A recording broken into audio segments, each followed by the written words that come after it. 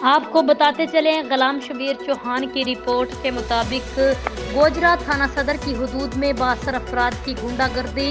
तफसीलात के मुताबिक चक नंबर 315 जीमवे काला पहाड़ में 62 अफराद ने घर में घुसकर मां और बेटे को तशद्दुद का निशाना बना डाला। रशीदा बीबी ने मीडिया से गुफ्तगू करते हुए क्या बताया, आइए आपको मुलाहिजा करवाते हैं। मेरा नाम लीला है। मैं 315 दिन में काला पहाड़ की रहने वाली हूँ। हमारे गांव में बहुत ज़्यादा जाती हो रही है। मेरे बच्चे को भी मारा है और किसी पुलिस वाले ने किसी का कोई नहीं हमारे साथ चला। और ये अगर हमने मेडिकल दिया उसकी हमें कोई रिपोर्ट नहीं मिले। कभी हमारे घर में आके तशद्दुद करते, कभी हमें मार दे, कभी हमारी इज्जत में हाथ डालते और नहीं हमारे साथ चल रहा।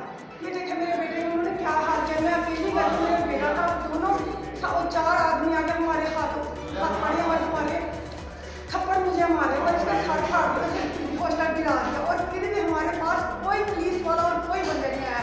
हमने हर जगह पे कॉल लेके कोई किसी ने हमारे साथ कोई तवज्जो नहीं किया।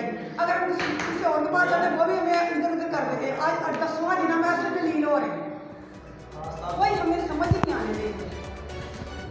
अगर हम किसी और के पास जाते वो भी हमें इधर हमें 10वां दिन में ऐसे दलील होगा फिर हम मीडिया वाले का हाथ लगाता है। हमें हर काम के हमारी पुलिस आप हमारी हमें बुला के लिए हमें इंसाफ दिलाएं।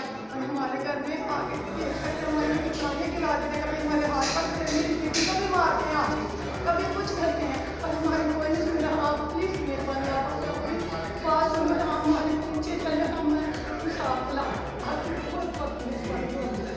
हमारे गाँव में कोई नहीं सुन रहा। हमारे के पास जाए, पुलिस वाले के पास गए, मेडिकल वाले के पास, हमारी किसी ने कोई नहीं सुना। अब तक के लिए इतना ही। मज़ीद खबरों के लिए देखते रहिए PN न्यूज़।